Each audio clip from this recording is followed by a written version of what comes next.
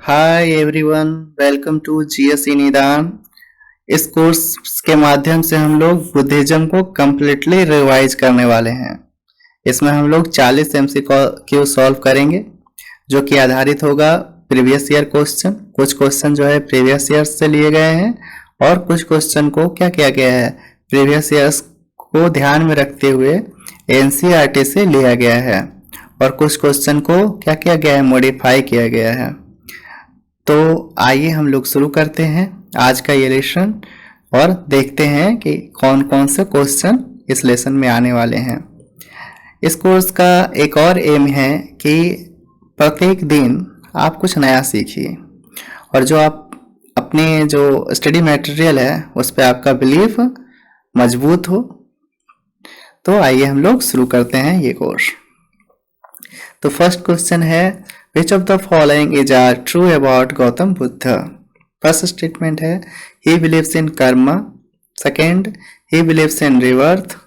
Third, attaining nirvana. Fourth, believes in power of God. तो इनमें से कौन जो है गौतम बुद्धा के बारे में सही है?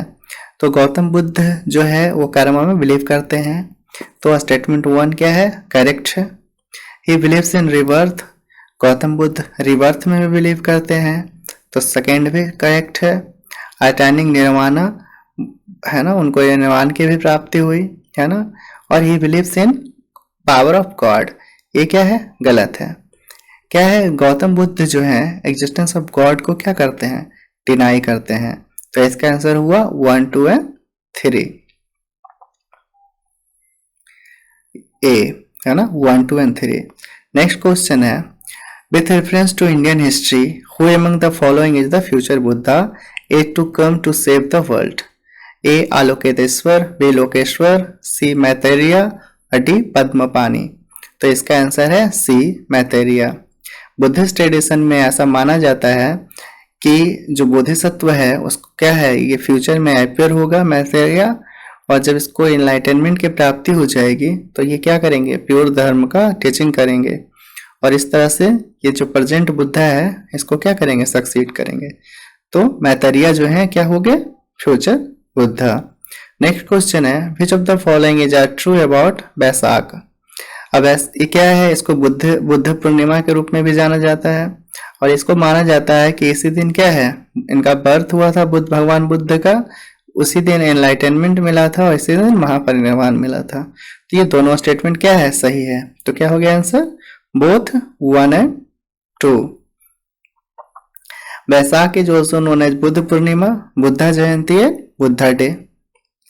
The decision to agree to celebrate Baisakh as a Buddha's birthday was formalized at the first conference of the World Fellowship of Buddhists held in Sri Lanka in 1950।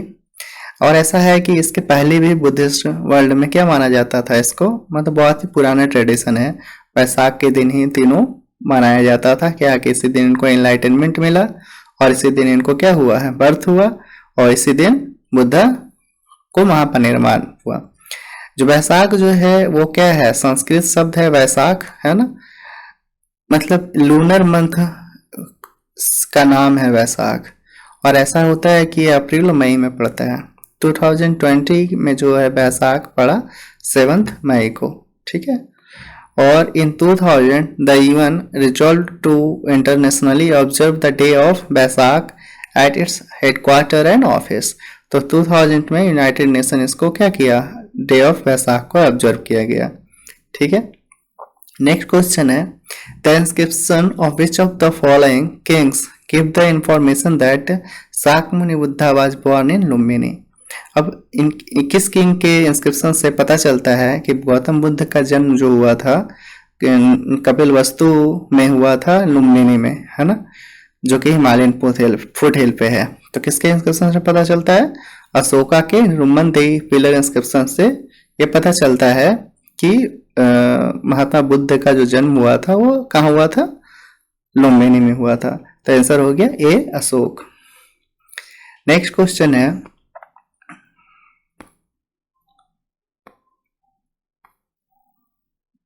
which of the following is are correct regarding Buddhist philosophy? First है, world is full of sorrow.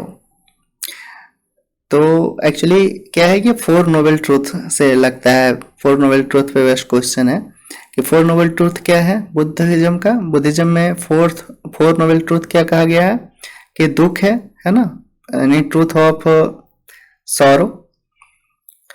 And second है कि दुख का कारण है, और कारण क्या है डिजायर, और उसको निर्वाण है, निर्वाण का मतलब डिजायर है और दुख, और इसका समाधान क्या है कि डिजायर को क्या किया जाए, कंक्योर कर लिया जाए। और इसके लिए उन्होंने 8 फोल्ड पाथ बताया है, लेकिन इसमें दिया गया है क्या, Gautam Buddha recommended 3 fold path, तो ये गलत हो गया। तो आंसर हो गया 1, 2 एंड 3, मतलब सी।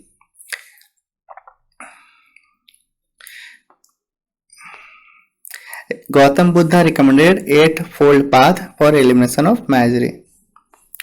नेक्स्ट क्वेश्चन है which event of Buddha's life is known as Mahabhinishkramana.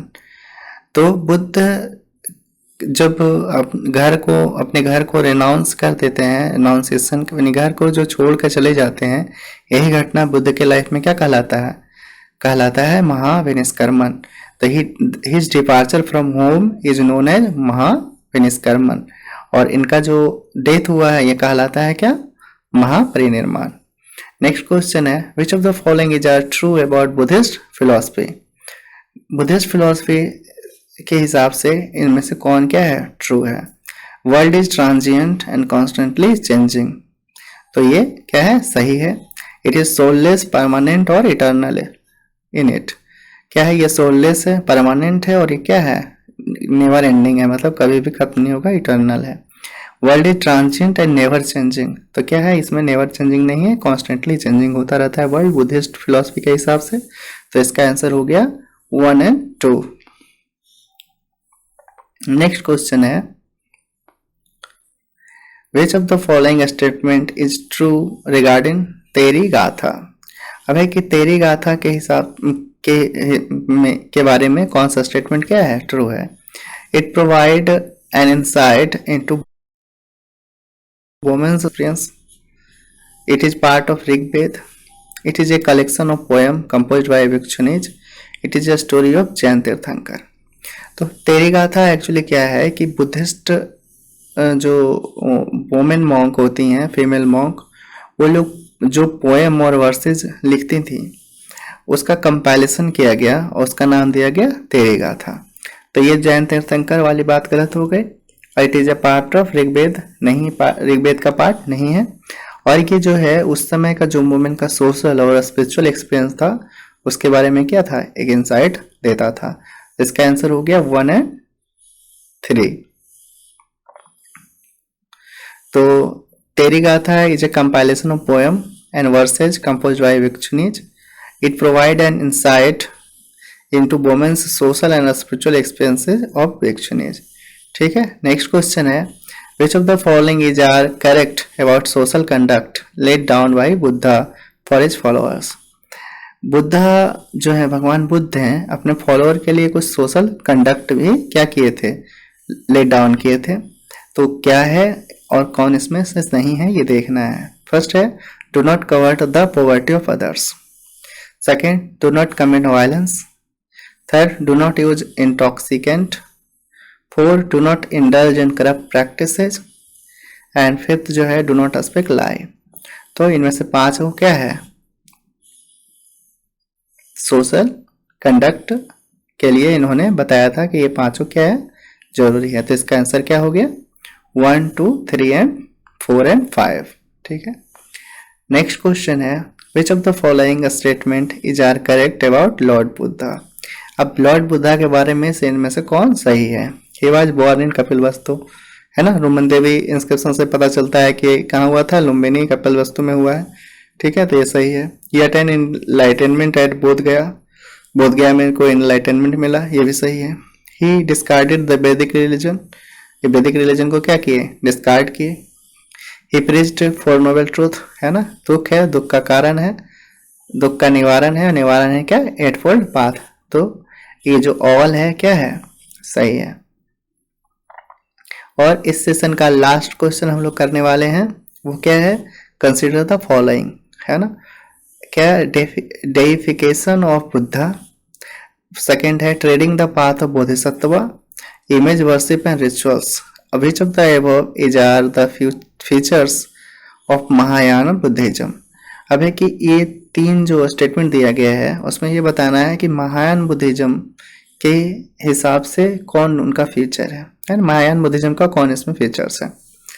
तो हुआ क्या कि 4th बुद्धिस्ट काउंसिल जो हुआ उसमें क्या हुआ कि बुद्धिज्म 2 भाग में डिवाइड हो गया, हीनयान और महायान। तो महायान जो है वो कहलाया क्या, ग्रेट विकल, और इसका क्या है कि इन्होंने क्या किया कि गॉड को मान लिया कि क्या है, ये आइडल है। ठीक है, तो इसका आंसर क्या हो गया 1, 2 एंड 3 डी। तो क्या क्या है फीचर्स, क्या है महायान का, हम लोग देखते हैं फीचर्स ऑफ महायान बुद्धिज्म। इसको ग्रेट विकल भी कहा जाता है। Buddha was consider as a god. Third, idol worship इसी से शुरू हो गया, और believe in soul and rebirth and its idol is Bodhisattva. ठीक है, तो ये हो गया हमारा क्या कि image worship of and rituals, treading the path of Bodhisattva and deification of Buddha. तो इस तरह से हम लोग देखते हैं कि ये 11 क्वेश्चन हम लोगों ने सॉल्व किया।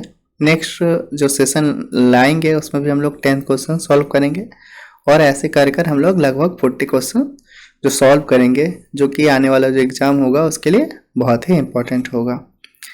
तो आज के सेशन में बस इतना ही। Thanks for watching. अगर आपको ये पसंद आया हो तो आप इसको शेयर और लाइक भी कर सकते हैं, और आने वाला जो MCQ है अगर आप उसको देखना चाहते हैं तो उसके लिए आप इस चैनल को सब्सक्राइब कीजिए।